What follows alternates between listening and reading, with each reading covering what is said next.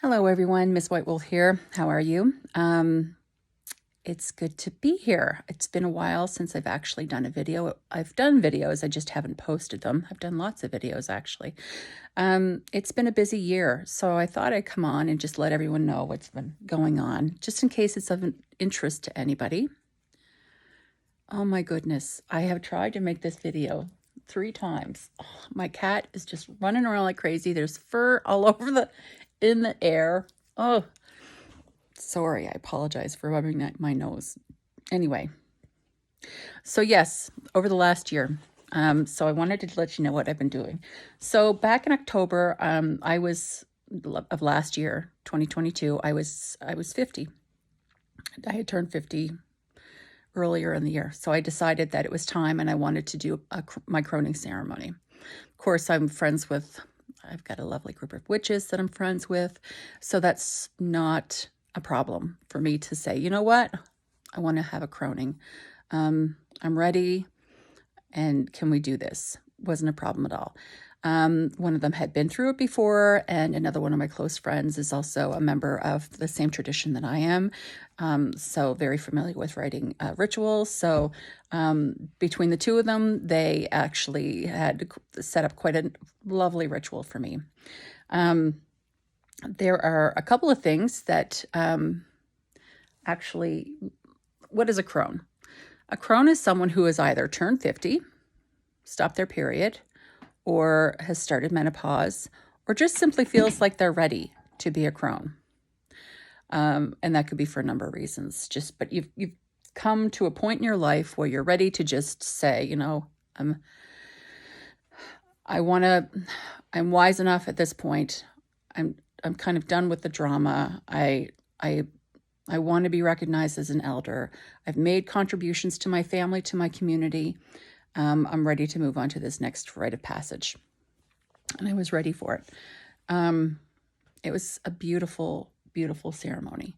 Some of the things that had happened, of course, besides just the ritual, not that it's just the ritual, but the main piece of work that you do, that we do in our cronings, is that you let go of some of the things that you had carried from, like when you were a child, a young adult, even into motherhood.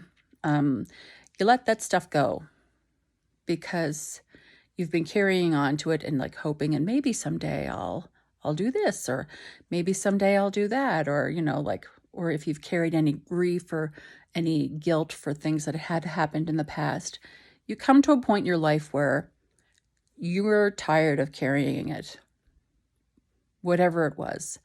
There's some of us that have had things happen, and because we're women, and I'm going to say it, it even happens to men too, because of who we are, we feel guilty for no reason for things that had happened to us, simply because of how we had to present it, or how we had to deal with it.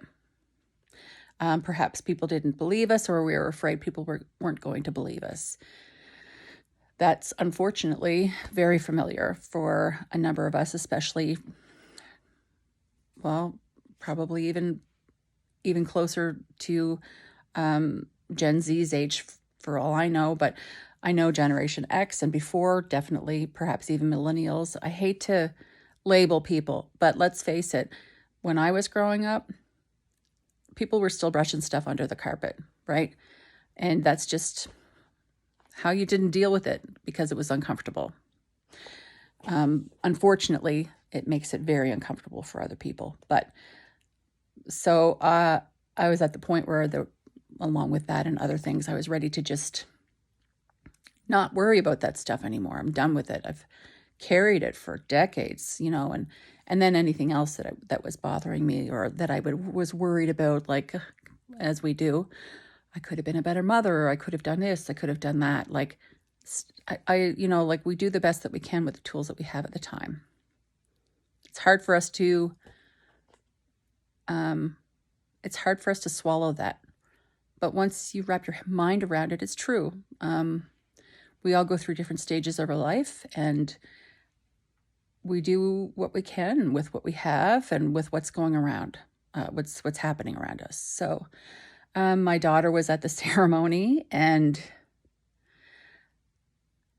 as I was letting go, I had an effigy. So I made a little corn dolly, and I had read to the group the things that I wanted to get rid of, and the feelings that I had that I wanted to no longer carry with me. And then I burnt the effigy. And a number of my friends had some lovely things to say. And the one person that went up in the middle of it was actually my daughter. And she was 19 at that time. And anyhow, I can't tell you how special it was. Like, she's like-minded, so she's spiritual, so she knows my friends, and she knows what we talk about, and she knows the type of things that we're interested in, and she knows all about trauma and ancestral trauma and that type of thing, and how we talk about it, because we carry these things with us, whether it's our own or something that has happened in the past to our families. Anyhow, she had some wonderful things to say, and it was so special to have had that with her there, and so validating. I hate to say validating, that sounds so selfish, but so wonderful to hear that even though you thought perhaps you didn't do a great job, the person that you were worried about said, you know what, you did. And I'm proud of you for what you're doing now and how you're trying to stop a cycle, not just with yourself, but for me and for other people. That was so special. I think that's why it's very important to have rites of passage where you can be honest with yourself, and your friends and family who are like-minded can be honest with you as well. It's a really wonderful opportunity for people to just be human and celebrate, and and think about how the next 20 to 30 years are going to be for your life, or 40 if we're all lucky, or 50, who knows. So it was great. Now, over the last year, I guess I've kind of realized that I needed to start taking care of my mental health as well. So I'm taking medication for anxiety and depression. That's not for everybody. It works for me, but it doesn't work for everybody. On top of that, I've started to be very firm but kind on boundaries. Because I know even when I'm on medication, if I don't respect my boundaries, I become anxious. So now I know what makes me anxious. I've known it before, but now I really recognize the things that make me anxious, and I don't partake in anything that's going to put me to that level, because I'm fight or flight, and I'm fight. Sorry, I should be specific, and I don't want to do that to my friends or family. So our cat died in December, and that was really hard. I took a few weeks off. I had the vacation. My daughter and I, we got really close, because that was her baby. That was her emotional support. She has had such a rough ride, but things have actually turned the corner there, and things have gotten a lot better for her. And I almost feel like he was just hanging on until he thought the things were better, because honestly, things had been so bad. She had been so isolated for so long. And I mean, like, probably ever since we had him. We had him, I think, at least 10 years. Anyway, and it was not until the very end where things had started to open up a little bit for her, and she was getting the right kind of care, and she had some really good friends that she started to see on a regular basis. And so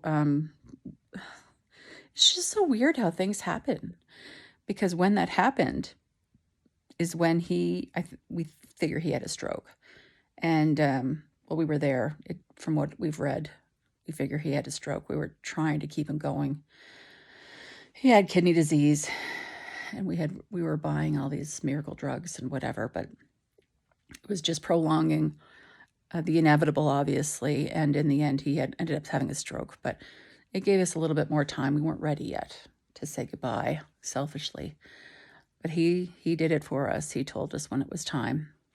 So we took him, and we walked with him to the Rainbow Bridge. And it was humbling. It was very sad.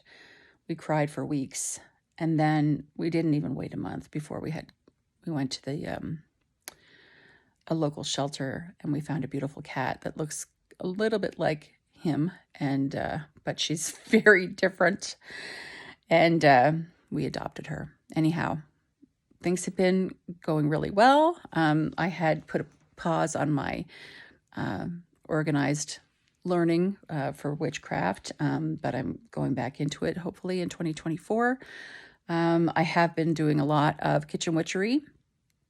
I've started working with, well, I've worked with my ancestors for a while, but now I'm going to take it up to a different level this year. I'm going to start working with some dirt. I'm going to start doing some dirt magic.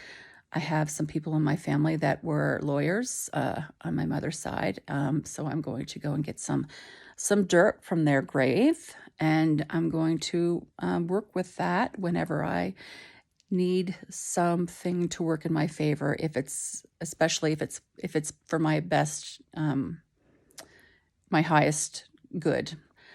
So it never hurts to have that. You never know when you're going to be in that situation. Not that I am very often, or ever, to tell you the truth, but I'm going to get some of that. I have another family member that was a nurse, so I would like to have some of that, because if you have health issues, it's always great to call upon your ancestors and work on some magic with them. And I know the dirt isn't necessarily them, but it is where their body is, and it would just be an easier way for me to have something that I can see and touch besides just calling them to help me if they're able to. So that's kind of my plan at this point. Perhaps I might do a video on it whenever I get everything organized and have it all together. I hope to have that soon. But yeah, I thought that I would share this with you. I know that this is a hard time for a lot of people, especially after the time change. I remember in years past, I would call on my ancestors because I was so sad and beside myself, and carrying all that stuff that I had mentioned. But it's really important for us to remember that we can work with the magic, but we still have to do the mundane stuff as well. So we have to do the work behind it to make sure that when we do the magic, the work that we're putting behind it is going to push forward the result. So that's kind of where I'm at. Anyway, I hope that everyone is having a blessed Samhain season. We're getting closer to Yule season. I've been doing some crafts. Perhaps I will do one on YouTube so we could all do it together. But I hope that you're all well and have a blessed, today's Wednesday. Have a blessed Wednesday, everyone. Blessed be.